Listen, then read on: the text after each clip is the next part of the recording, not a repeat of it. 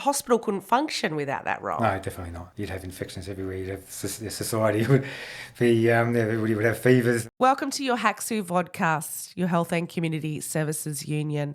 The state government has announced job cuts, and my next guest could be a victim of those cuts, despite the essential services he and his colleagues play. Matt joins us now. Matt, you are a central sterilising department technician. Your department is known as the heartbeat of the hospital. Yeah. Can you tell us a bit more about that role? Well, we're hidden away generally, but we're usually close to the operating theatres because that's where most of the bulk of our work comes from the surgery that's performed downstairs in this case. And after surgery, all the used trays and reusable surgery devices, they get sent to us in upright carts, case carts, and they're all soiled and they've been used, and we basically scan them in, break them down, open all the joints up, so the cleaning process, because everything has to go into a washer to be washed.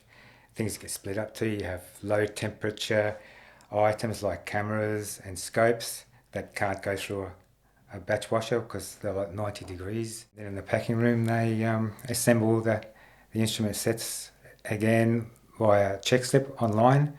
You check every item off, you check it for cleanliness, and you check it off and make sure that's in that instrument set, because it's crucial that when they use these instrument sets downstairs, that everything they expect to be there is there and is clean and sterile for them to use. Pretty well, when it's busy, we accomplish the impossible most days, because there's so many challenges. And like we prioritise cardiac, neuro in front of other genres, because we've only got so many instruments to go down. Like the mainland hospitals, they don't even have any priorities because they've got so many instrument sets. So they just go and pick something up off a shelf and run off and do it, whereas we have to, like neuro, cardiac, ENT, certain things we just have to go for because we've only got so many of them, and then just in case that emergency should arise, they need it back down in theatre, down in the sterile stock room, as soon as they can possibly get it there, just in case they need it again. So clearly that's an essential service. A hospital couldn't function without that role. No, definitely not. You'd have infections everywhere. You'd have society would be everybody would have fevers, and you'd have to have clean, sterile instruments. That's for sure. And it's also the importance of doing your job properly, because like it could be life or death. You could make somebody really sick if you miss something, and if it gets missed down the line, somebody could be really sick and you could compromise a patient's health really badly. That's always what's in the back of your mind. So you've been doing this for nearly 2 decades. How many people are on your team? 35 we've got in CSD at the moment, 35 technicians. And could you afford any job cuts? No.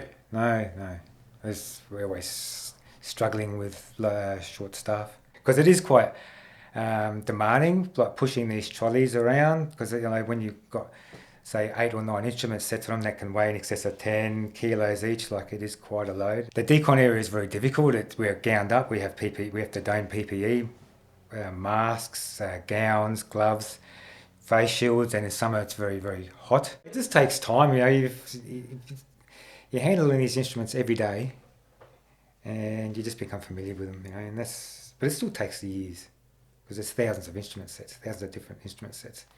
You've been a HACSU member for how long now? From the onset, for about 14 years, I think. And I decided to become a union delegate because nobody else would, and because it's an important role, basically. Have you got a HACSU highlight that you could share with us? And I know there must be many. Well, when we first started when we first moved into K Block, and then into the new CSD, we were under new management that decided to come down hard on us, and they took away our getting change time completely. We were finishing 15 minutes before the end of the shift to get changed out of our scrubs that we have to legally are required to get into, and they removed that from us, and they cut our break times.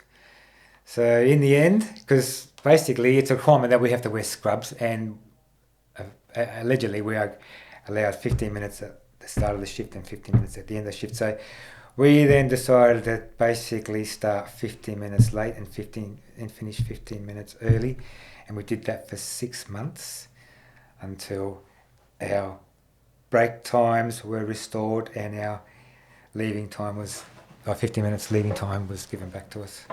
For 6 months we did that for. And they said, the unions don't have any clout, and they did. I'm quite proud to be part of HACSU.